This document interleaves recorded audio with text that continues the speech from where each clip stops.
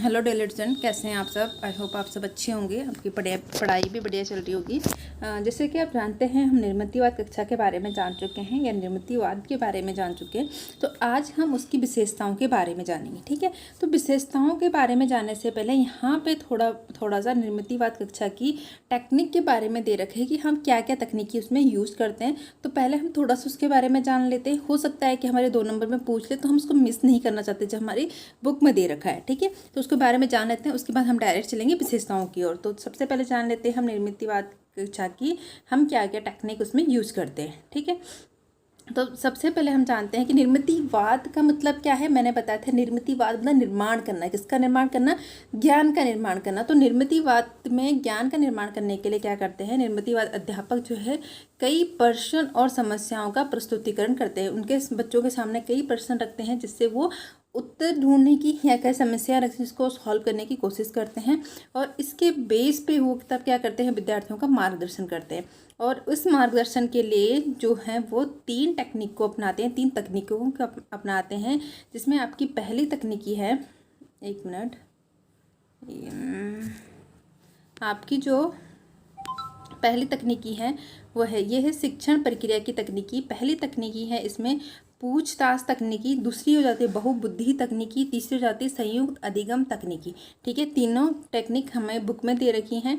पूछताछ तकनीकी में क्या होता है कि हम जो अध्यापक होता है वो विद्यार्थी को इनक्रेज करता है अपने प्रश्न स्वयं निर्मित करने के लिए। वो ऐसी परिस्थिति विद्यार्थियों के सामने क्रिएट करते हैं जिससे विद्यार्थी क्वेश्चन पूछने के लिए क्या होते हैं, उत्तेजित होते हैं। तो वो क्या करते हैं, प्रश्न स्वयं निर्मित करने के लिए संकेत देता है किसको, छात्रों को। ठीक है, दूसरा है बहुबुद्धि तकनीकी। इसमें क्या करता है, अधिगम की अभिव्यक्ति, जो चीज़ें बच्चे देखते हैं, सुनते हैं या जो उनको नॉलेज उसको अभिव्यक्त करने के की मौका देते हैं। उनको बोलें, उस अभिव्यक्त ना बोलना, जो भी वो समझ रहे हैं, सुन रहे हैं, उसको बोलने का मौका देते हैं और कई तरह से व्याख्या करने की मौका देते हैं। जैसे उन्होंने माना वो घूमने गए, भ्रमण पे गए, भ्रमण में उन्होंने जो जो देखा, सबके एक्सपीरियंस अलग है, उसको ज्ञान प्राप्त करने की तरीका अलग होता है। सबने कुछ चीज़ किसी ने देखा होगा, कुछ किसी ने देखा होगा, कुछ किसी से मिस हो गया होगा।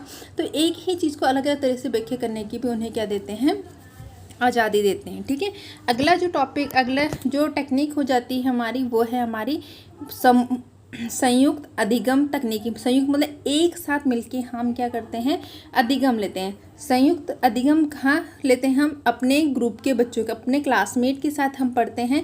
और जो हमारे क्लासमेट होते हैं उनको हम के ज्ञान के स्रोत के रूप में लेते हैं। क्योंकि जब हम कोई भी चीज़ सीखते हैं तो कुछ चीज़ें मेरे को ज्ञान होगा, कुछ दूसरे को होगा, कुछ तीसरे को होगा। तो जब वो सब बच्चे अपने अपने ज्ञान की अभिव्यक्ति करते हैं तो हम अलग अलग चीज़ें सारे बच्चों से सीख लेते हैं। तो वो हमारे लिए क्या करते हैं, वो एक ज्ञान का स्रोत बन जाते हैं।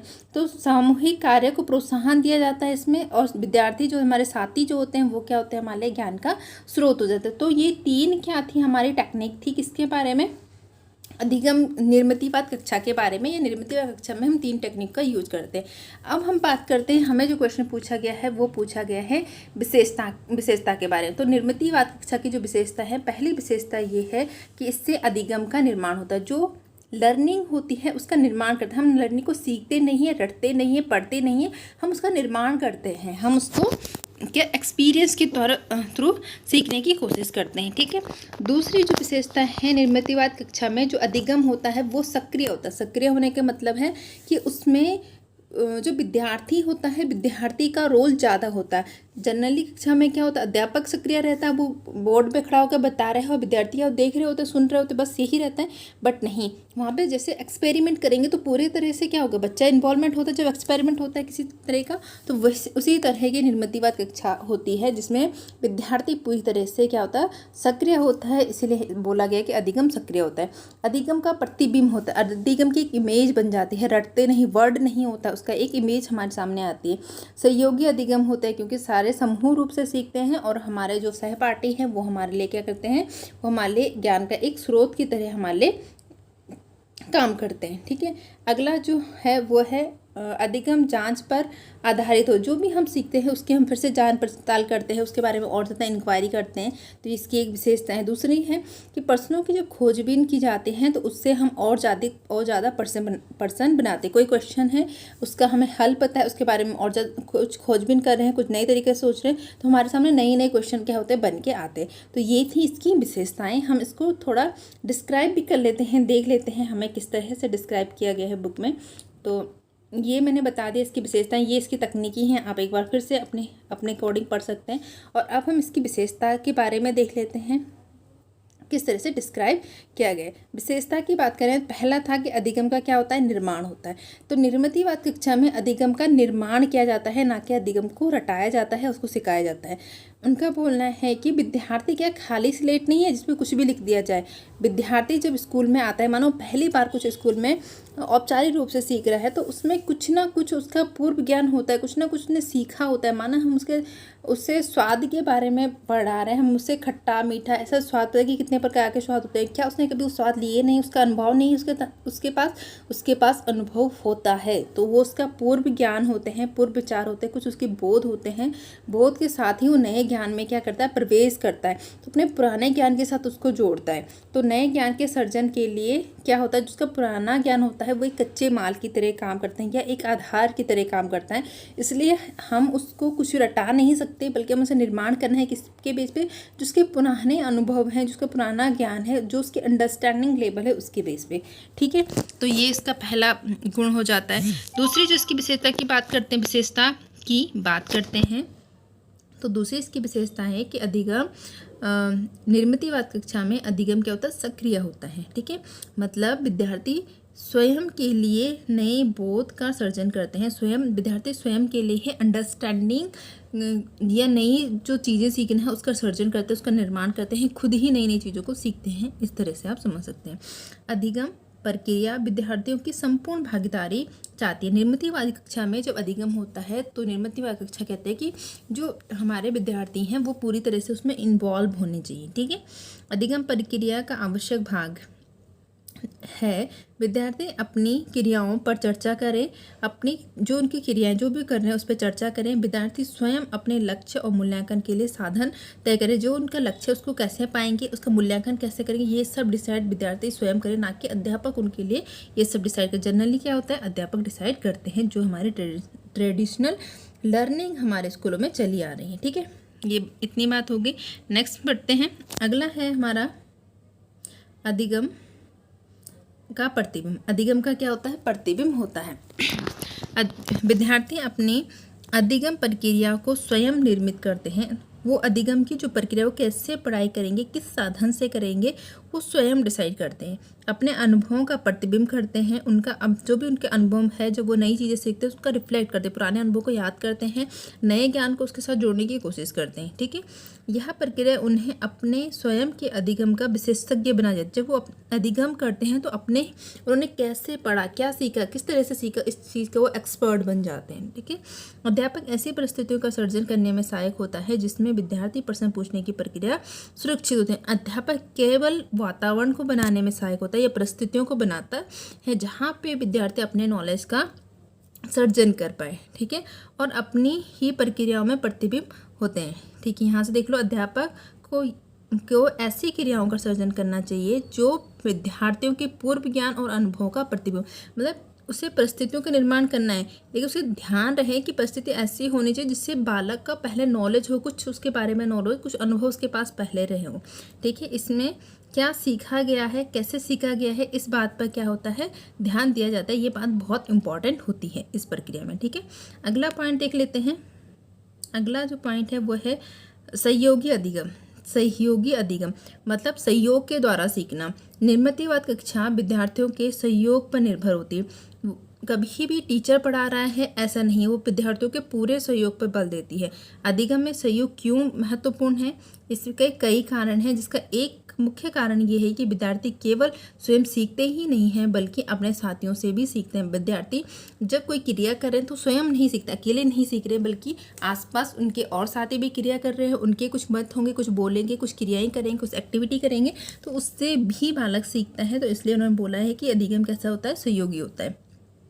जब विद्यार्थी संयुक्त ऐप से रिव्यू करते हैं और स्वयं को ही अपनी अधिगम प्रक्रिया में प्रतिबिंब करते हैं, तब वे एक दूसरे से कई प्रकार से व्यूहरचना और विधि अर्जित करते हैं। बोलने का मतलब जब वो पूरी प्रक्रिया का रिव्यू करते हैं, दोबारा से देखते हैं, तो स्वयं अपनी ही अधिगम प्रतिक्रिया का क्या करते हैं, एक प्रकार के प्रतिबिंब देख रहे हैं। जैसे मैंने क्रिया करा, मैं उसको दोबारा देख रही हूँ, तो मतलब क्या, मैं अपने ही करने का क्या कर रही हूँ, प्रतिबिंब देख रही हूँ। जैसे मैं अपने प्रतिबिंब कहाँ देखती हूँ, आईने में देख रही हूँ पूरी तरह से, वैसे अपनी क्रिया का प्रतिबिंब हम देख लेते हैं जब हम उसको दोबारा देख लेते हैं। और इससे हमें कई रचनाएं और कई स्ट्रेटेजी, कई विद्या मिलती हैं।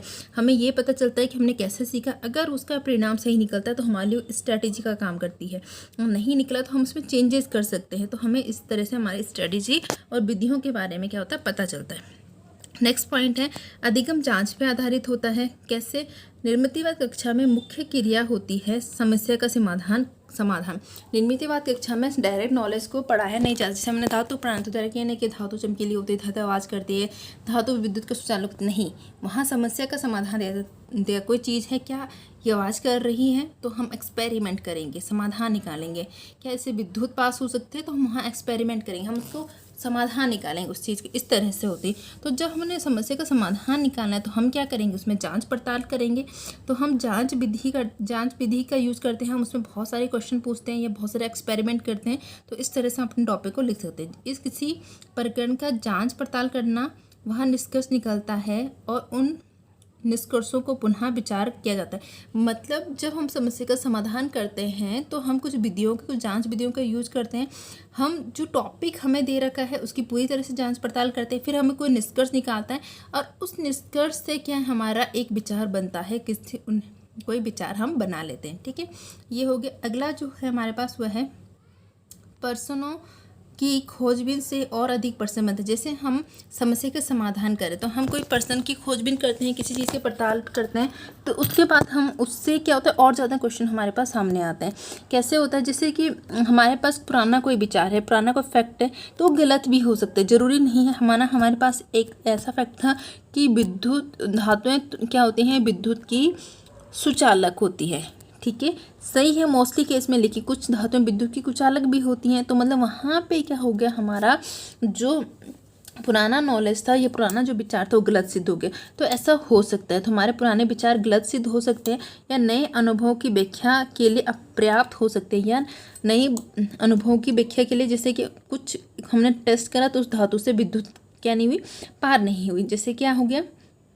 ठीक है, तो उस समय क्या हो गया, तो हमारा उस समय हम उस चीज़ की व्याख्या नहीं कर पा रहे कि ऐसा क्यों है। तो हमारा क्या हो गया, पुराना ज्ञान खत्म हो गया, पुराना ज्ञान गलत सिद्ध हो गया, या वो व्याख्या करने के लिए पूरी तरह से सही नहीं है ना। तो ये विचार ज्ञान के एकीकरण में अस्थायी हो जाता है। तो हमारा जो ये पुराना ज्ञान होता है, जो ये विचार आया, वो उसको क्या नहीं, स्थायी नहीं करता है, अस्थायी होता है, टेम्परेरी, कुछ टाइम के लिए होता है। जब किसी विद्यार्थी को सूचना का नया अंश प्राप्त होता है, जैसे उसे पता था पहले की विद्युत की सुचालक होती हैं धातु, बट उसे एक नया तरीका पता चला कि नहीं, क्या होते सुचालक नहीं भी हो सकती हैं, है ना। तो एक नया अंश पता चलता, तब वो क्या होता है, तब निर्मितिवाद जो निर्मितिवाद मॉडल के अनुसार विद्यार्थी अपने पूर्व ज्ञान और अनुभव के साथ उसकी तुलना कर, जैसे ही कुछ नया चीज़ पता चला तो निर्मितिवाद के अनुसार वो क्या करते हैं, अपने पुराने नॉलेज से उसको क्या करते हैं, तुलना करते हैं। जैसे उसने किसी धातु को चेक करा तो उससे करंट पास नहीं हो रहा था, तो उसने तुलना करी कि नहीं, पहले तो करंट पास हो रहा था, मतलब ये क्या गलत है, ये पुरानी बात से हमें जो मेल नहीं खा रहा है। तो वो क्या करेगा, या तो उसके पुरानी बात से मेल नहीं खा रहा है तो अपनी पुरानी बात को बदलने की कोशिश करेगा, या उसको जानने की कोशिश करेगा ऐसा क्यों, या फिर उसको इग्नोर कर देगी, अच्छी नहीं हो रहा तो कोई बात नहीं है, आगे बढ़ते हैं। होता है ना ऐसे लाइफ में, तो इसी तरह का होता है। तो इसमें 3 बातें होती हैं। एक तो क्या होता है, जो नई सूचना हमारे पुराने जो ज्ञान है उससे मेल खा सकती है, दूसरे या तो मेल नहीं भी खा सकती। जब मेल नहीं खाएगी तब विद्यार्थी अपने पूर्व बोध, जो उसका पुराना नॉलेज है, उसमें परिवर्तन करना पड़ता है ताकि वे नई सूचनाओं को मेल खा सके। उसमें परिवर्तन करेगा ताकि वो नई सूचनाओं को मेल खा सके।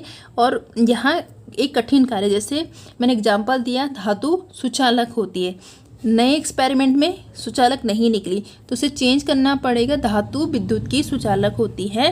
पर कुछ धातुएं ऐसी भी हैं जो विद्युत की सुचालक नहीं होती, तो ये उसका चेंज हो गया, ठीक है। या फिर वो क्या कर सकते हैं, नई सूचना ने मेल नहीं खाया तो उसको क्या करें, इग्नोर कर दिया, अनदेखा कर दिया, और सूचना को यानी कि जो सूचना के अस्वीकृत भाग थे, जिसके पुराने नॉलेज से मेल नहीं खा रहा था, उसको स्वीकृत नहीं कर पाया और उसको क्या कर दिया, उसने इग्नोर कर दिया। तो ये होगी इसके साथ विशेषताएं होगी। इसी के साथ ये टॉपिक भी कंप्लीट होता है। फिर मिलते हैं अपने नेक्स्ट टॉपिक में।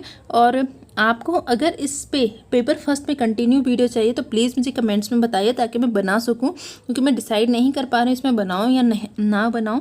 क्योंकि कुछ टॉपिक जैसे निर्मितिवाद का आंसर बताना, जो उसका अर्थ था वो बताना मेरे को लगा कि ज़रूरी है, लेकिन विशेषता मुझे इतनी ज़रूरी नहीं लग रही थी। मुझे लग रहा था कि बच्चा पढ़ेगा तो ईजिली अंडरस्टैंड कर पा सकता है, कर लेगा कि क्या बोलना चाह रहा है। तो आप प्लीज़ मुझे बताइएगा कमेंट्स बॉक्स में कि आप जा रहे हैं या नहीं जा रहे हैं, ठीक है। फिर मिलते हैं अपने नेक्स्ट लेक्चर में।